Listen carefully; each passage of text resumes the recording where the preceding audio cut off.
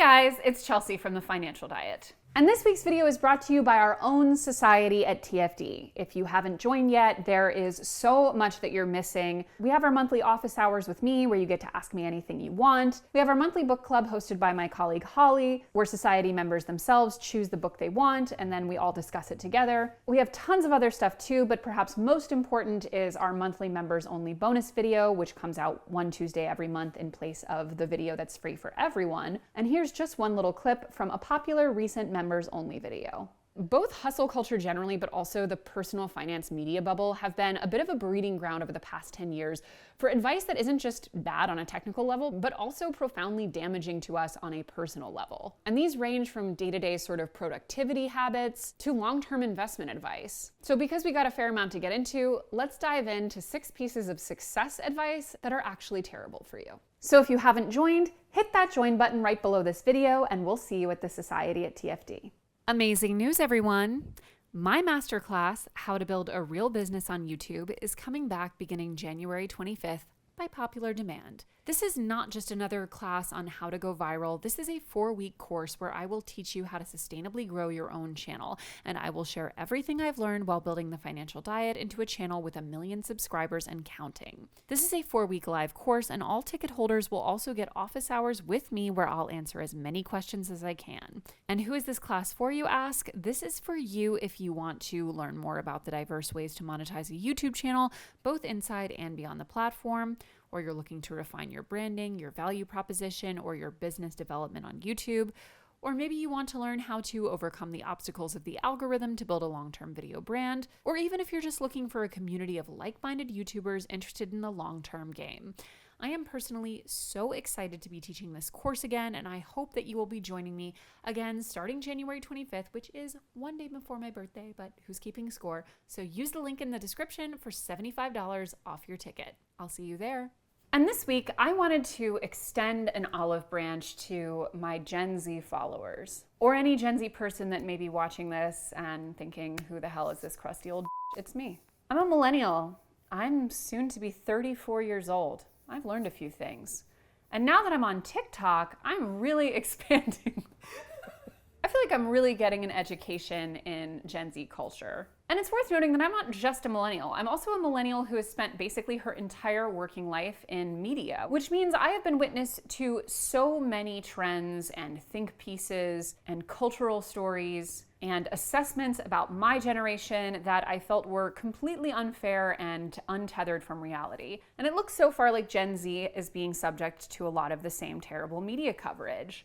I recently saw an article about how you guys are ruining after work drinks, which I think someone best summed it up on Twitter by saying, really ruining it for all of those men who don't want to go home to their wives and children, which I think is like the largest contingent who is a big proponent of socializing for long hours after work with your coworkers. So to kind of cut through the noise and sort of relate some of the most important things that I've learned in navigating my 20s and early 30s, I wanted to give this open letter to Gen Z with some of my best insights. Take it or leave it, besties.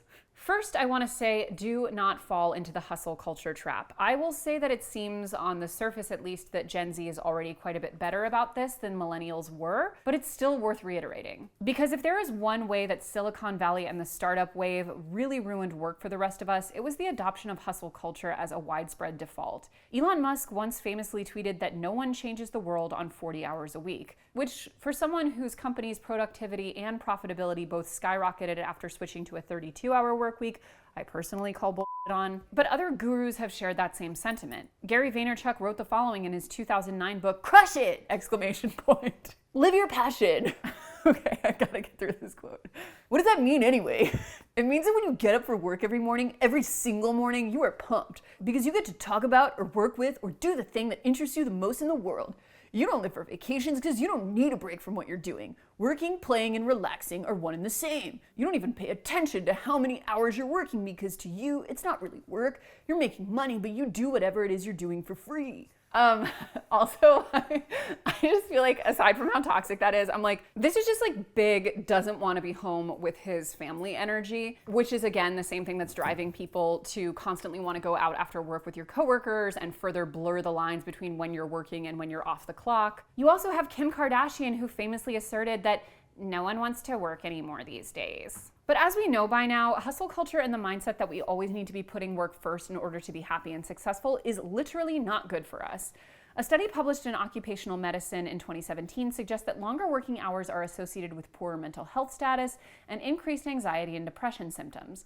Long weekly working hours were also associated with reduced sleep time and increased sleep disturbance. These results confirm the importance of maintaining regular weekly working hours and avoiding excessive overtime work in order to reduce the risk of anxiety, depression, and sleep disorders. And as I mentioned in the beginning, many millennials have fallen into this trap, sometimes being referred to as the happy to be here generation, overworking ourselves to a point of burnout to prove that we deserve to be in the room. I've done a video recently on imposter syndrome and how that all plays into it and quite frankly needs to go. But even if you don't get to a place of burnout, there was definitely in the past 2 decades a normalization of working far beyond what you are being paid to do just to justify that low-paid job. And of course, the entire girl boss phenomenon just sort of pinkwashed all of those incredibly toxic beliefs and made it more acceptable and passable as feminism for a truly cursed amount of time. As Anne Helen Peterson described in her pivotal essay of 2019, to describe millennial burnout accurately is to acknowledge the multiplicity of our lived reality,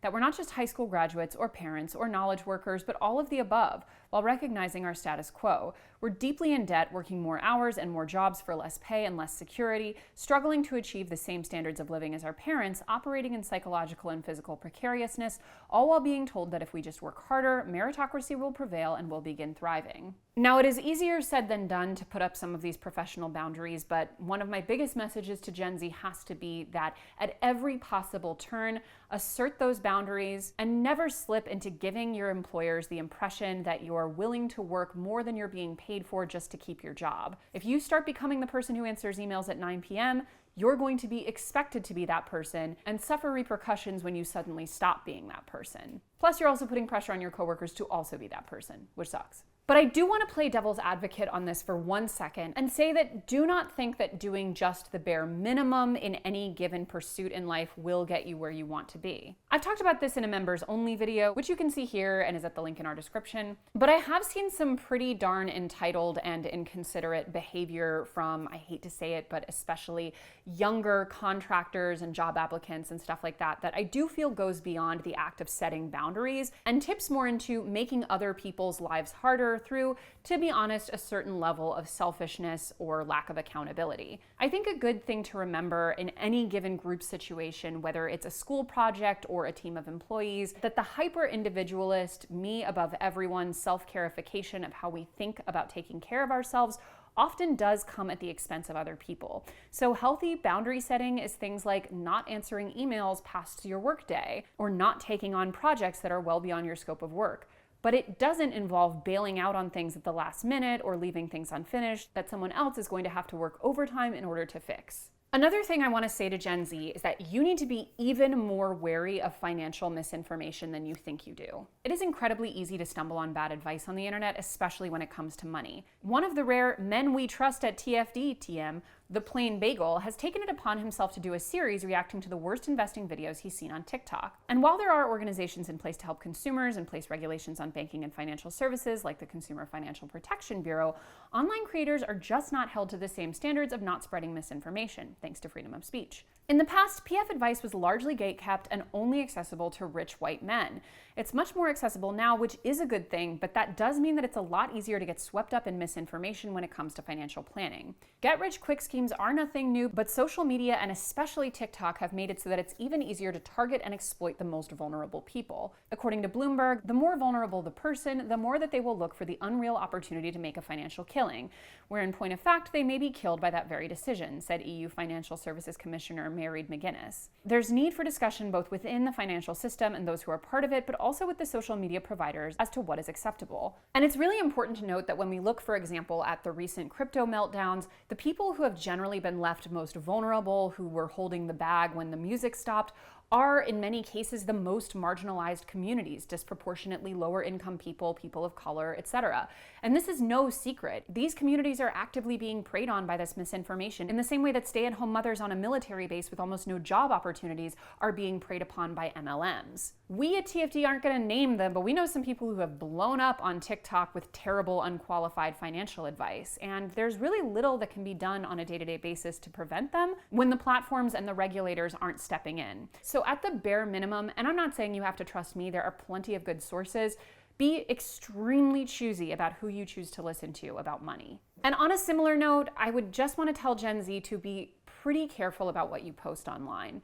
Now, this is not like what we were told when we were graduating high school, which was like, if there's a picture of you on Facebook drinking a beer, you'll never get hired. Obviously, that was not true. There's like still photo albums of me dancing at a nightclub on Facebook looking a whole mess. So clearly that didn't prevent anything in my life. But social media has increasingly made it easy to overshare our lives past what we would likely do if we thought about it more clearly, and also to blend the personal and professional to the extent where basically every aspect of our lives is open for monetization. A recent TFC episode that I did with amazing internet person and friend Francesca Ramsey was all about the ways in which overmixing her personal and professional lives and sharing a bit more than she should have about what was going on in her personal life really ended up costing her. And I do recommend you guys check out that video. But this is something that many, many influencers have spoken to, and even just everyday people who regret some of the stuff they posted have had to reckon with. Oversharing and social media burnout have actually led to what could be considered as a mass exodus of influencers from social media. According to BuzzFeed, many creators have expressed frustrations about Instagram over the past year, and some are making big changes about how they run their business.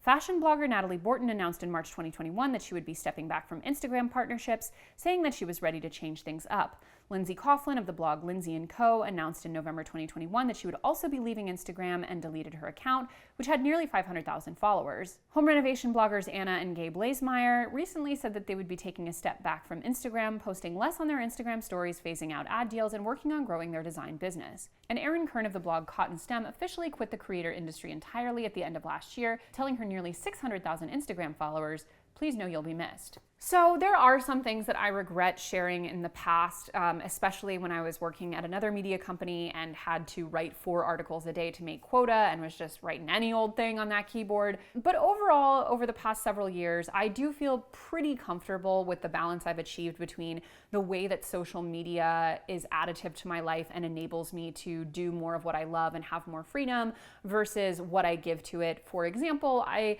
for the past several years, have really basically posted almost nothing about like my friends or family or details of my personal life. And that really hasn't at all affected me negatively. Like I'm still able to share a lot and I still have a really great relationship with my community, but I don't feel vulnerable. I also have never done any kind of SpawnCon or ads on any of my personal accounts. Like that's all pretty siloed in TFD, which I do think is another good boundary to keep. But overall, I do think that when Gen Z is navigating social media, just especially given how incredibly easy it is to share and how far and wide things can travel and how much people come to expect more of what you share even once, it's really worth doing less and allowing that to ramp up slowly versus giving too much of yourself early on and then being stuck in a position where if you suddenly don't want to share as much, people aren't interested in you. Lastly, and this is just a personal bone I'm picking, but I'm just gonna say it to Gen Z and take it as you will. Please stop making canceling plans into a personality. Like this stuff is all over social media. And I've done rants about it before, which I'll link in the description, but I really do feel like a lot of the therapy advice and the self-care advice that has really proliferated on the internet has just been incredibly selfish and self-centered. And as I mentioned in the point about work, actively to the detriment of other people. As I pointed out in some of those videos, if you are canceling plans at the last minute, by definition, someone is being canceled on. If you are showing up late, by definition, someone else's time has been wasted. And that's not to say that things don't happen, but to make a joke about that amazing feeling when you bail on plans at the last minute to stay in bed, it's you, dude, someone else, the insinuation that your time and your energy and your calendar are so much more valuable than everyone else's and their frustration or disappointment or wasted time is of no value is just,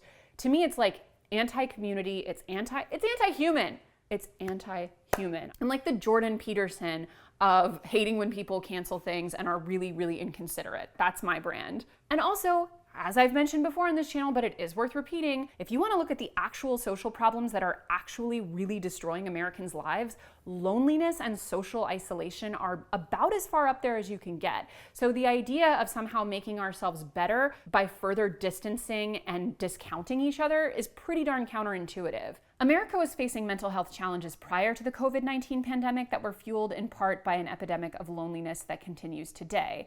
But now, according to new confirmatory data from Morning Consult commissioned by Cigna, more than half of US adults, 58%, are considered lonely. This is fairly consistent with pre-pandemic research that showed 61% of adults experiencing loneliness in 2019 after a 7 percentage point increase from 2018. And yet some of the most popular and most relatable social media posts are about the relief of canceling plans. And do not get me wrong, I am all about boundaries, and I do understand that sometimes things happen and we all have to give grace to each other. I totally get that. But a good boundary to set is first and foremost not committing to things that you probably won't be able to see through. But the other is that there's a big difference between having to cancel on someone or be extremely late because of an extenuating circumstance and just doing it for your own pleasure at the expense of the other person. I really believe that if we don't have community, if we're not taking care of each other and showing up for each other, that we have nothing. And there is basically limitless data that shows that people are happier and more satisfied and more fulfilled the more community and human connections they have. It's part of the reason rich people do statistically become assholes, because they become more socially isolated. They don't have to rely on communities. They don't have to interact with each other if they don't want to. They can pay people to do basically everything and never have to see another human being. Community is all we have. And if I can impart one personal piece of wisdom to Gen Z, is that the last thing you want to be discounting is the precious community that you have around you. And not answering work emails after 5 p.m. is not the same thing as bailing on your friend's birthday 2 hours before her party starts because you'd rather stay home and watch Netflix. One is healthy boundaries, the other makes you a dick. As always, guys, thank you for watching, and don't forget to hit the subscribe button and to come back every Monday, Tuesday, and Thursday for new and awesome videos. Bye.